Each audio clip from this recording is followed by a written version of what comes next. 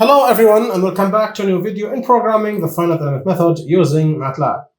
In this video, we're going to do some housekeeping work just to make sure that the code is running, because last time in the last video, we noticed that it's not even running because there's a ton of bugs I need to debug. By debugging now, I only want to reach the standard where the code runs without issues.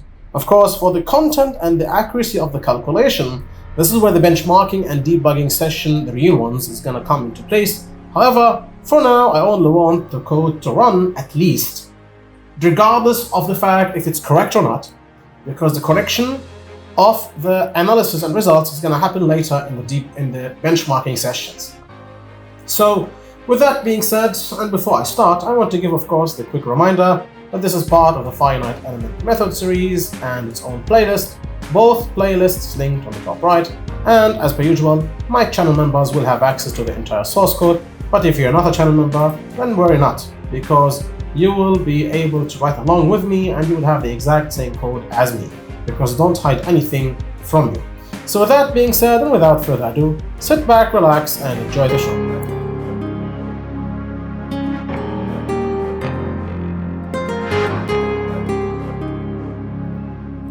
Alright, so let's just go to main and hit the run button, and lo and behold, nothing works. Now, why isn't it working? It says it cannot work because you're saying 7x7 to 6x6. Oh, that's bad. So there seems to be an error here. Let's go to that line by clicking on line 120. It should let me go to that line. There we go. That's the problem, it seems. So let's put here a button. I think that's the problem, by the way. I already see it. I already see the error, but I might be wrong. I have no idea. Maybe I put -1 here. Let's just run and see what happens. So I go here, write main, or go to main and click the play button. I'm standing here. Let's see. Starting column is 1. Ending column is 7.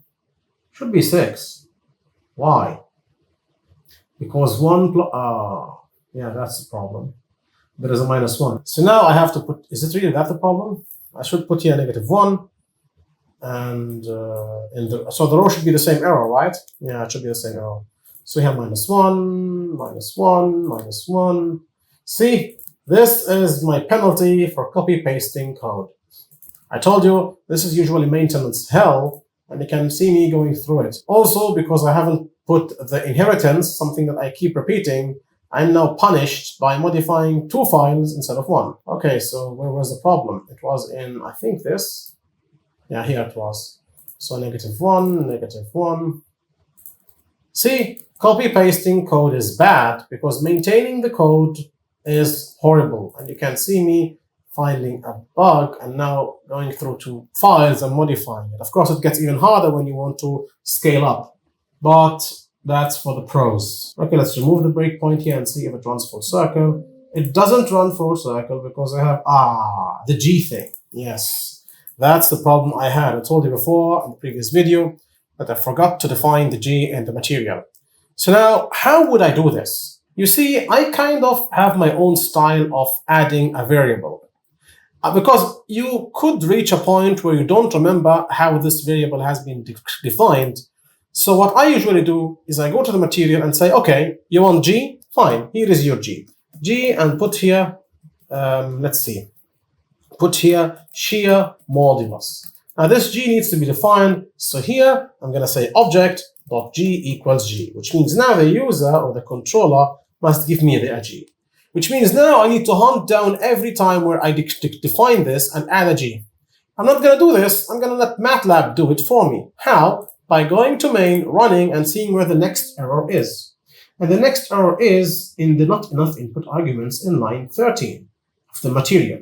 Because in line 219, see, this is how I expand and hunt my errors. Here, in the definition of the material, there is no G because it was never here to begin with. So I'll add me a G, which means in the input, I must add a G. So I will run again and push main again. And see the next error. See, I'm starting from the bottom and working my ways up. So here, there is an error because when I call the concrete, I forgot to give it the shear modulus of concrete. Now, to be honest, I don't remember the shear modulus at the back of my head, but I'll just assume 8. gigapascal. What else? That's it. So if I write main now, it should be working.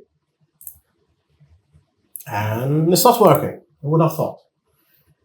Okay, what seems to be the problem? Dot indexing not supported for variables of this type. What are you talking about? It should be working. What's your problem now? Well, this might be a deep problem. Let me put a breakpoint here and run the main again and see what happens. Okay, so it's now here, and it tells me now that the dot is not available. Why? I mean, the section is there, and the AX is there, and he's saying, cannot do that? Really? Step in? I can do that, so what's the problem? Wait, what? Why is this supposed to be a problem? It worked just fine. Let's continue. Okay, for the next one, it works. Let's remove and just run. And for some reason, in one of them, it doesn't work. Fembar beam. Okay, so it freaks out here, I guess, in one of the fembar beams. So it seems one of the fembar beams I messed up and there's no section for it. Okay, so what gives? I forgot to add a section, it seems. I don't really know exactly where the error is. Wait, I think there is something in the debugging where I can let it break. Right, somewhere here. Okay, wait, let's just put here a breakpoint and run.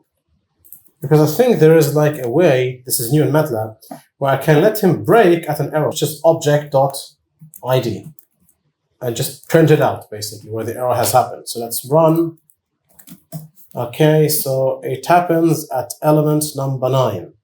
Right. Now, why does it happen? Okay, let's delete this first. Let's go to the str controller, which is basically calling this function at line 796. So here. Okay.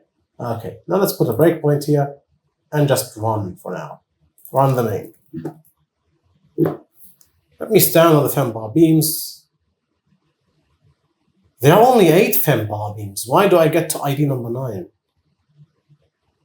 Wait, what? Yeah, because of the shared ID system. Fine. Let's double click on the fembar beam. Okay, let's take a look. Now, here we have the fembar beams. Let's look at the properties corresponding str line. Wait, this is only one of them, right?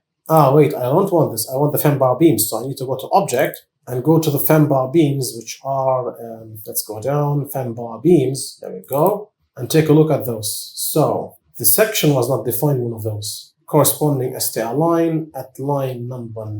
So this is the ID number 9. That's the str line, right? Double click on it. And there's no section, and there's no material. What gives? I get it now. I get it. The debugging line I added, I forgot to add the section for it. I'm kind of embarrassed now. Okay, so here line 4. Yeah, see, line 4 was defined for debugging purposes, but I never actually added a section for it, nor a material. Of course, there will be an error. Of course. Now I could make it a more user-friendly error. But I mean, if I forget to apply materials or sections, I think I deserve it. Look at this. Okay, fine. Let's run it again. I think I have been embarrassed enough for this video, so I'll basically just end it right now at the spot. Now, before I end, I want just to see if it kind of makes sense or not. So what I want to do is I want to take a look. So where is the controller? This is the controller, right? Okay. Now here I have fembar beams, and also in the controller I have the stiffness matrix. So is there a way to show the content of the stiffness matrix in MATLAB? Just double click here on the global stiffness matrix. So I have it open now. Okay, and it looks healthy. Let's go for the fembar beam. The fembar spring should be an easy matrix to see. Where is the stiffness matrix? There we go. It should be a very well-defined banded matrix. Yeah, exactly. And for the fembar beam, it should also be a well-looking, of course, I'm going to go to the local, not to the global. So it should be a well-banded one. Yep. Let's see. Wait, there are 2 values below each other. My error sensors are tingling. This value is misplaced. No doubt about it. Okay, so it's not healthy. Okay, fine. Let's go to fembar beam and investigate. Here, this is 11 and 6. It should be 11.5, right? Let's see. 11.6. Yeah, there we go. Should be 11. Yeah, this is 5, not 6. So that's a bug I found from here. We are still going to debug this. We're still going to check it out. But just I'm doing a quick scan to see if I make any mistakes or not. So I think for now, that's good, and that's a good benchmark where we stop. Let me remind you where we are in the STR controller, and we are calculating the global status matrix. That's everything I wanted to talk about today. I hope you enjoyed. And in the end, I want to give a happy-sized shout-out to my channel members in the contributor level and the helper level whose names are going to be shown on the screen. I want to thank them from the bottom of my heart, as their support of the channel is priceless to me and enables me to provide you with videos hopefully on time and with a certain quality I try to achieve, and for that I am forever thankful. In the end, I hope that you enjoyed the video and you found it beneficial. If you have enjoyed the video, then please consider liking, sharing, subscribing, commenting, and so on, especially subscribing because it helps increase the reach of my channel. As per usual, this is a Civil Engineering Essentials channel, and we'll catch you in the next video. Bye bye.